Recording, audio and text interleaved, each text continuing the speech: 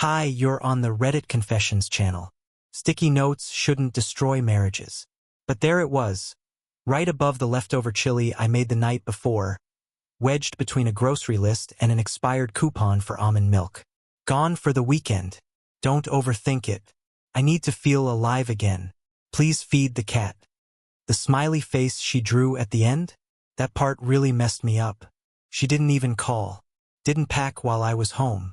She must have done it overnight, while I was snoring like an idiot next to her, dreaming of dumb things like taking her to that antique fair in Deerfield next month. She didn't say who she was going with, or where, but she signed it M. Not Love Marla, just M. Like she was some stranger who lived here once. I didn't text her, didn't call. I just fed the cat like she asked. Pancake, our orange tabby, looked at me like even he knew something had shifted, like he was waiting for me to collapse. But I didn't. Instead, I went upstairs, opened our closet, and started packing. Not her stuff. Mine. I didn't scream. I didn't smash anything. I didn't post cryptic quotes online like she does when she's bored or annoyed at me.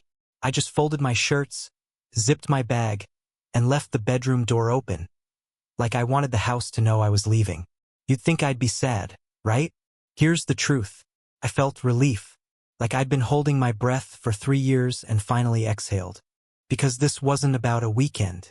This was about all the silent months, the weird coldness, the eye rolls when I talked about my day, the secret little smiles she gave her phone when she thought I wasn't looking.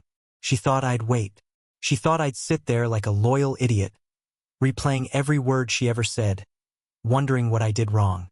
But I didn't wait. I made my own choice. And by the time she came back Sunday night, I was already long gone. When I left, I didn't slam the door or leave a dramatic note. I just took what I needed, my camera, my sketchbooks, the old blue duffel bag she hated, and disappeared. I didn't go far. Just to an old coworker's cabin near a lake nobody talks about anymore. Quiet. Still. The kind of place that doesn't ask questions. I got there late Friday night, just as the sky turned that dusky purple you can't ever capture with a phone. I made tea on the rusted stovetop, opened a book I didn't plan to read, and let the silence wrap around me like a second skin. For the first time in years, I didn't feel like I had to apologize for existing. She called the first time at 6:12 p.m. on Saturday. I saw her name, just M, flash across the screen while I was sketching the reflection of the moon in the lake. I didn't answer. Let it ring until it went to voicemail. I didn't even listen to what she said. I knew how it would sound. Sweet.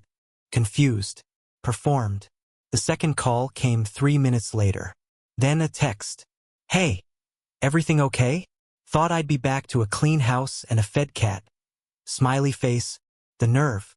She really thought she could vanish for the weekend and I'd stay behind like a forgotten keychain, waiting faithfully by the door. That night, I slept like a stone. Sunday morning, I woke up to 5 missed calls. No voicemails. No apologies. Just her name on the screen, over and over again like a bad song stuck on repeat.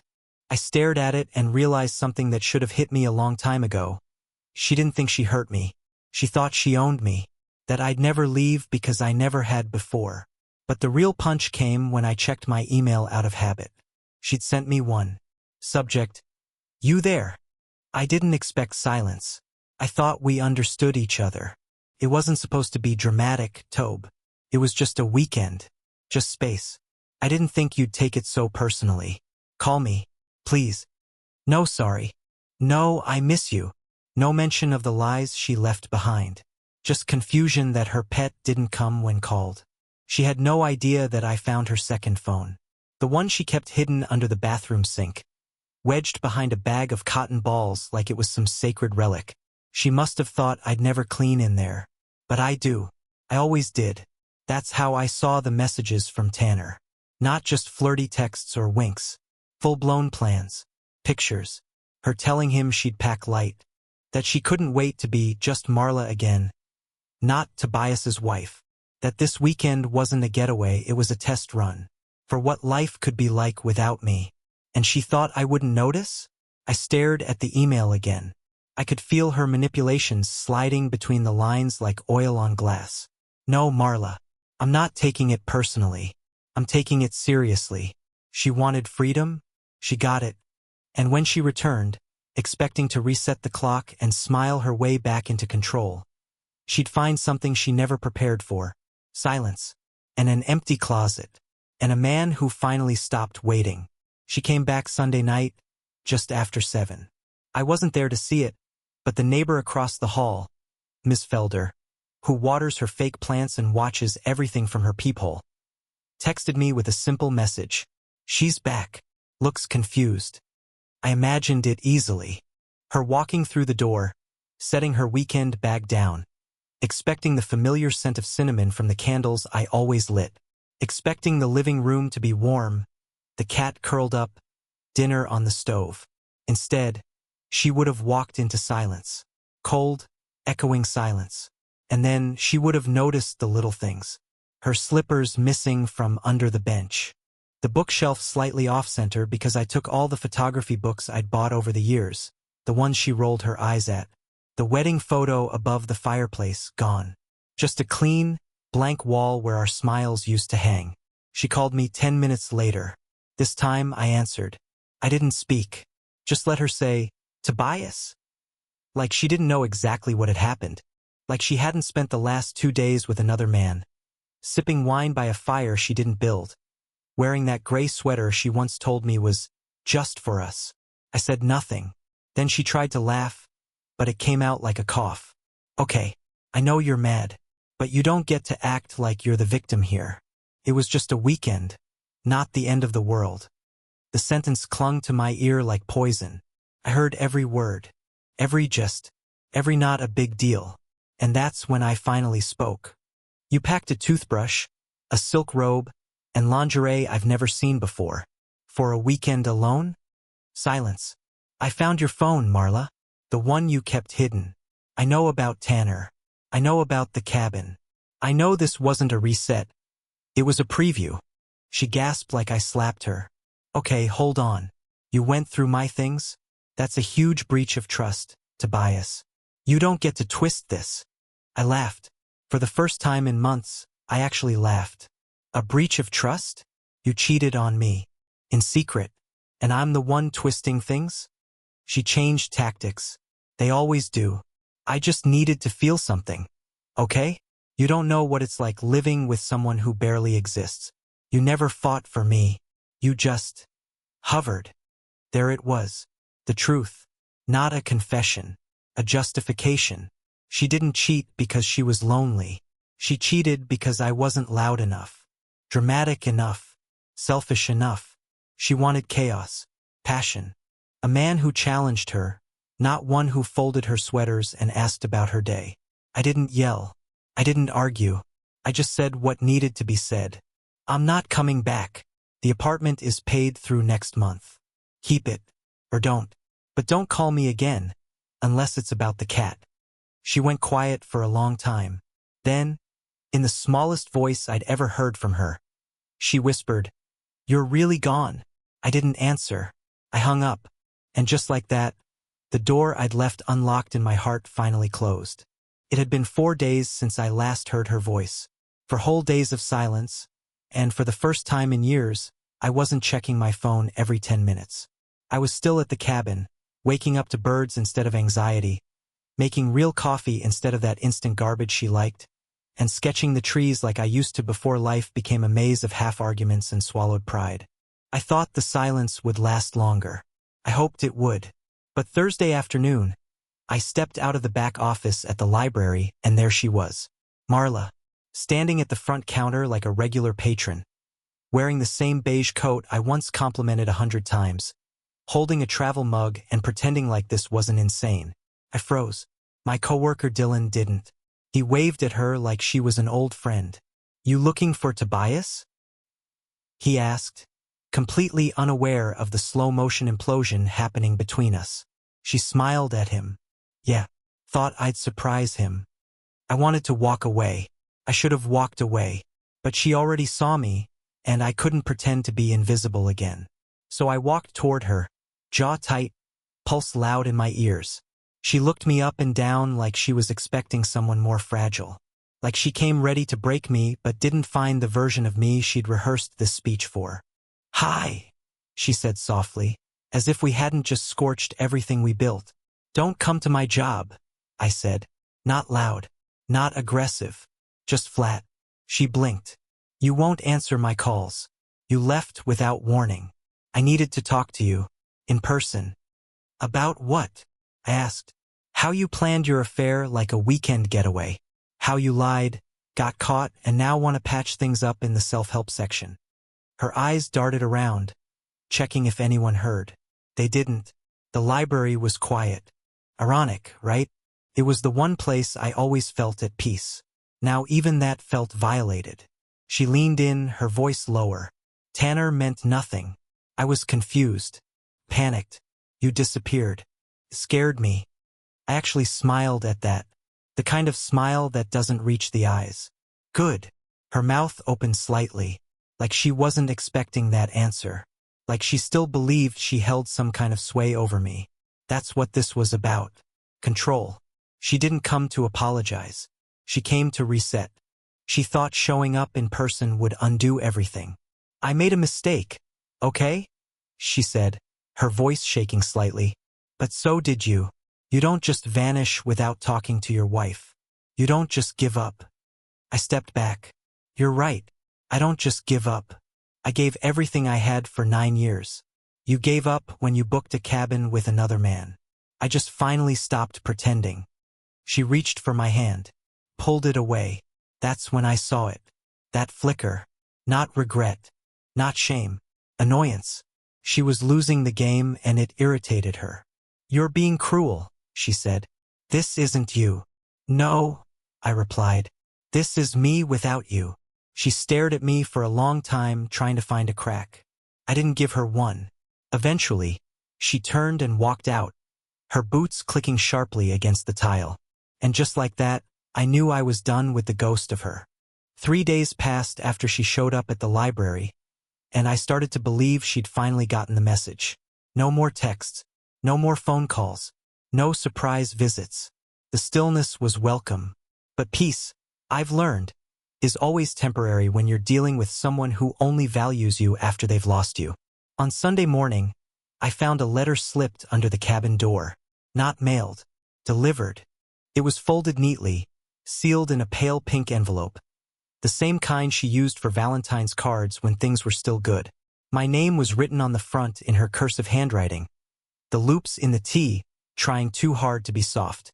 I stared at it for 10 minutes. I knew reading it would reopen wounds. But a part of me, some broken, overly generous part, still wanted to understand why. As if her words could untangle the chaos she left behind. I opened it. "Tobias, I know I'm the last person you want to hear from, but please read this. I didn't go away that weekend expecting everything to fall apart. I didn't expect you to leave. I didn't expect you to change. I thought you'd be there when I came back, like always. That was wrong of me." Already, I could feel the manipulation woven into every sentence. Like she was positioning herself as the one shocked by the consequences. Tanner was a mistake. A fantasy. Someone who made me feel seen for a minute. But he's not real, not in the way you were. He didn't hold my hand through my panic attacks. He didn't cheer me on through my interviews. You did. And yet, I wasn't enough to not betray. I never meant to lose you. I was just tired of feeling invisible. You were always so calm, so stable. I thought you'd never leave, no matter what I did. But you did. And now I don't know who I am without you. That line. I don't know who I am without you. It felt like a confession wrapped in a compliment, but it was really a weapon. She wanted me to feel guilty, to feel responsible for her pain. The letter ended with a question. "Can we meet? Just once. No expectations. Just talk." For a long moment, I stared at the page, tracing the words with my eyes but not really reading anymore. Then, without thinking, I walked outside. The autumn wind bit at my face. I stood near the edge of the woods, pulled out my lighter, and burned it. I watched the flames eat her apology line by line. She wanted me to carry her shame for her. To meet her halfway across a bridge, she dynamited herself. But I wasn't that man anymore. The next day, I got a message from Dylan at the library. He said Marla had come back. Not inside, just stood across the street. Watching. Waiting. He said she looked like she was rehearsing something, mouthing the words over and over before eventually leaving. She still thought this was temporary. Like love was a door that just needed the right knock. But I had already walked through it, closed it, and this time I wasn't waiting behind it. I was reorganizing the storage room at the library when I heard the door chime. Nothing unusual. People wander in and out all day. But the second I stepped out, I froze. There, standing by the desk, wearing a too-tight sweater and that same smug expression I remembered from our wedding, was Marcus, Marla's older brother. The same Marcus who once told me I was too soft for his sister, who barely spoke to me during holidays, and who once suggested I grow a spine after I told him I liked to volunteer at the animal shelter on weekends. Tobias, he said like he was greeting an employee late for a shift. We need to talk. I raised an eyebrow and motioned toward the exit. Not here. We walked outside. The sun was setting and casting long shadows across the sidewalk. I crossed my arms and waited. He didn't waste time. She's a mess, man, he said, voice low, rehearsed. Crying all the time. Not eating. She thought you'd come around, but now she's scared you've really checked out. I said nothing. He went on. Look, I'm not saying what she did was right. It was messed up. But you're not completely innocent either. That was the moment something inside me snapped. Not loudly, but like a quiet, final click. A lock turning. I'm not innocent? I said slowly, incredulous. Tell me, Marcus, what exactly did I do? Work a stable job? Cook her meals? Sit through brunches where she pretended I was invisible? Or was it the part where I stayed loyal while she shopped for other men like she was browsing clearance shoes? He had the nerve to look uncomfortable. You didn't fight for her. That's what she keeps saying. You just let her go. I laughed. A sharp, breathless sound that startled even me. She left, Marcus. She walked out with a suitcase and a smile. I didn't lock the door behind her. She did that all by herself. He shoved his hands into his pockets, looking like he wanted to shrink. She regrets it. Yeah? So do I. I snapped. I regret wasting 9 years thinking I was building a life with someone who couldn't wait to see what it felt like to be without me. For a few moments, we just stood there in silence. Then he said something that made my stomach twist. She told me she wants to try again, that you're the only one who's ever made her feel safe. That word, safe, that's what I was to her. A safety net, a fallback, a quiet room to cry in after the storm she created.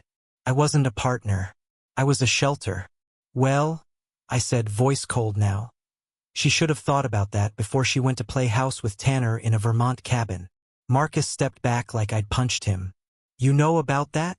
Oh, I know everything, I said. And now, so do you. So here's my message back to your sister. Stop sending people to clean up her mess. I'm not her doormat anymore. He didn't say goodbye. Just turned and walked off, probably realizing for the first time that the quiet guy, the one who always blended into the background, had finally walked out of the frame for good. It had been nearly 2 weeks of silence since Marcus ambushed me outside the library. No texts, no letters, no sudden appearances. And for a moment I started to believe she finally accepted the truth. That I was gone. That the man she walked away from wasn't lingering in the background anymore. I didn't feel triumphant. Just steady. Finally steady. Then Friday happened. I was getting ready to leave work when Dylan called me over. He looked nervous, which immediately put me on edge. Hey, he said, almost whispering. So, someone dropped this off for you earlier. Said it was a donation. He handed me a brown paper bag with a folded note taped to the front. The handwriting was unmistakable, hers. I didn't want to open it. I already knew whatever was inside wasn't going to be some kind of healing olive branch. But I also couldn't ignore it.